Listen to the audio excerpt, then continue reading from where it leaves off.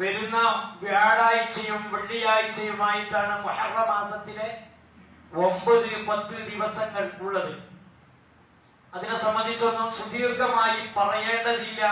കൃത്യമായ ബോധവും അറിവുമുള്ളവരാണ് ഈ ഇരിക്കുന്ന നിങ്ങൾ ഓരോരുത്തരും എന്ന് എനിക്കറിയാം.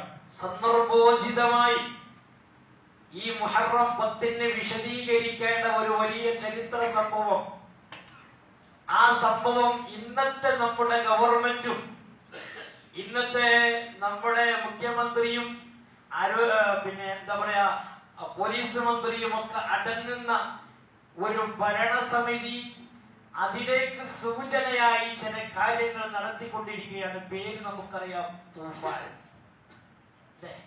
തൂഫാൻ അതൊരു വലിയ ചരിത്ര സംഭവമാണ്. പരിശുദ്ധ ഖുർആനിൽ 3 സ്ഥലങ്ങളിലായി പരിശുദ്ധ ഖുർആനിൽ തൂഫാൻ എന്ന് പറഞ്ഞിട്ടുണ്ട്. 3 സ്ഥലങ്ങളിൽ. അത് ഒന്ന് സയ്യിദുനാ നൂഹ് നബി അലൈഹിസ്സലാമിന്റെ ചരിത്രവുമായി ബന്ധപ്പെട്ടാണ് തൂഫാനിനെ പറഞ്ഞത്. നമ്മളിവിടെ ചർച്ച ചെയ്യാൻ വേണ്ടി ഉദ്ദേശിക്കുന്ന ഇന്നിപ്പോ മീഡിയയൊക്കെ ഉണ്ട്. ഇൻഷാ അല്ലാഹ് ജുമഅയ്ക്ക് ശേഷം സമസാഹിബ് അതിനെ സംബന്ധിച്ചൊക്കെ മീഡിയയുമായി സംവദിക്കും.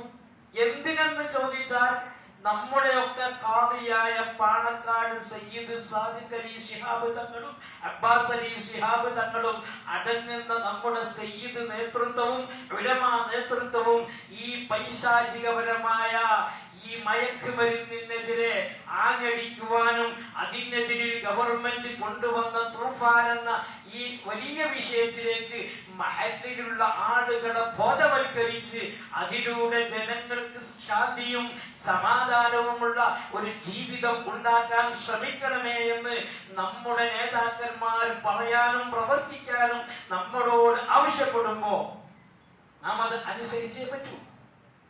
ഒരു വലിയ വിപത്ത് തന്നെയാണത്. വല്ലാത്തൊരു ഇടങ്ങേറിലാണ് നമ്മളൊക്കെ ജീവിക്കുന്നത്. ഒരൊറ്റ വട്ടം ഉപയോഗിച്ചു പോയാൽ, ശ്രദ്ധിക്കണേ, ഒരൊറ്റ വട്ടം ഉപയോഗിച്ചു പോയാൽ ജീവിത അവസാനം വരെ അത് കിട്ടേണ്ടി വരുന്ന ഒരു ലഹരിയുടെ മാസ്മരിക ലോകത്തേക്ക് മനുഷ്യരെ കൊണ്ടുപോകുന്ന പൈശാചികപരമായ ഒരു ചിന്താഗതി. ഇതിനെതിരിൽ പല ഭരിക്കുന്ന ഗവൺമെന്റിനെ സപ്പോർട്ട് ചെയ്യുന്നതിനേക്കാൾ ഉപരി നമ്മൾ ചിന്തിക്കേണ്ടത്, ഇതൊന്നും നമ്മൾ ഗവൺമെന്റിനെ ഉഷാറാക്കാൻ വേണ്ടി പറയാം. ഈ വിഷയം നിങ്ങളൊന്ന് ചിന്തിച്ചു നോക്ക്. ഇപ്പൊ ഇങ്ങനെ ഈ തൂഫാൻ എന്ന വിഷയവുമായി ബന്ധപ്പെട്ട് നമ്മുടെ പോലീസ് ഇതുവരെ ഇവിടെ നമ്മുടെ രാജ്യത്തുണ്ടായിരുന്ന പോലീസ് തന്നെ, പുതിയതായ പോലീസ് നിയമങ്ങളൊന്നുമല്ല. ഈ പോലീസ് പിടിച്ചുകൊണ്ടുവരുന്ന അല്ലെങ്കിൽ പിടിക്കപ്പെടുന്ന നമ്മുടെ നാട്ടിലെ ആളുകളുടെ പേരും പ്രവൃത്തിയും സ്വഭാവവും നമ്മളത് ചിന്തിച്ചു നോക്കേണ്ടതുണ്ട്, അല്ലേ? വിദ്യാലയങ്ങളിൽ പഠിക്കുന്ന കുട്ടികൾ ഇപ്പോൾ അരീക്കോട് നിന്ന് 3-4 ആളുകളെ MDMമായി പിടിച്ചു. നിങ്ങൾക്കറിയാലോ സംഭവം, അല്ലേ?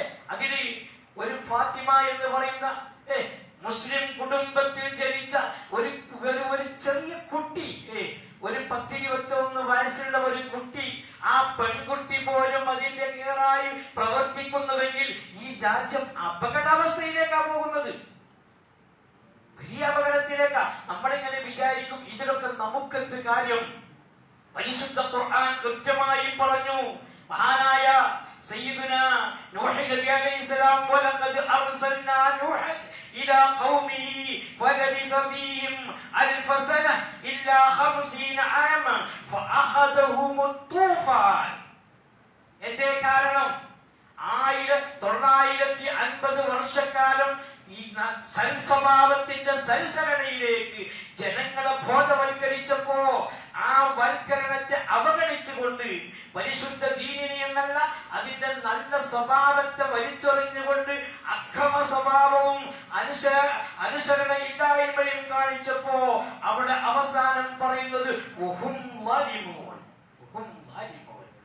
ആയത്തിന്റെ അവസാനം അതാണ്, അവര് അക്രമികളായ. ഈ ആക്രമ സ്വഭാവം തന്നെയല്ലേ സ്വന്തം മാതാവിന്റെ കഴുത്തിലേക്ക് കത്തിവെക്കാൻ, സ്വന്തം വലിയുമ്മാനെ കൈത്തറത്ത് കൊന്നു കളയാൻ, സ്വന്തം രക്തത്തിൽ ജനിച്ച മകളെ തന്റെ ശരീരത്തിന്റെ ആവശ്യങ്ങൾക്ക് വേണ്ടി ഉപയോഗിക്കാൻ, ഇതൊക്കെ ഇതിൽ മനുഷ്യനെ വിരൽച്ചോടുന്നത് ഈ ലഹരി എന്ന പൈശാചിക ശൈതാനിക പ്രവർത്തനത്തിന് വേണ്ടിയാണ്. അതിനെ ആരൊക്കെ നമ്മുടെ നാടുകളിൽ, നമ്മുടെ മഹല്ലുകളിൽ ആരൊക്കെ അതിന് പ്രവർത്തിക്കുന്നുണ്ടോ അവരെ ചൂണ്ടിക്കാണിച്ചു കൊടുക്കാൻ നമ്മൾ തയ്യാറാവണം. അത് നമ്മുടെ രാജ്യത്തിന്റെ രക്ഷയാണ്, നമ്മുടെ മക്കളുടെ രക്ഷയാണ്, നമ്മുടെ കുടുംബത്തിന്റെ കൂടുതൽ വാർത്തകൾക്ക് news 18 Keralam YouTube channel subscribe ചെയ്യുക.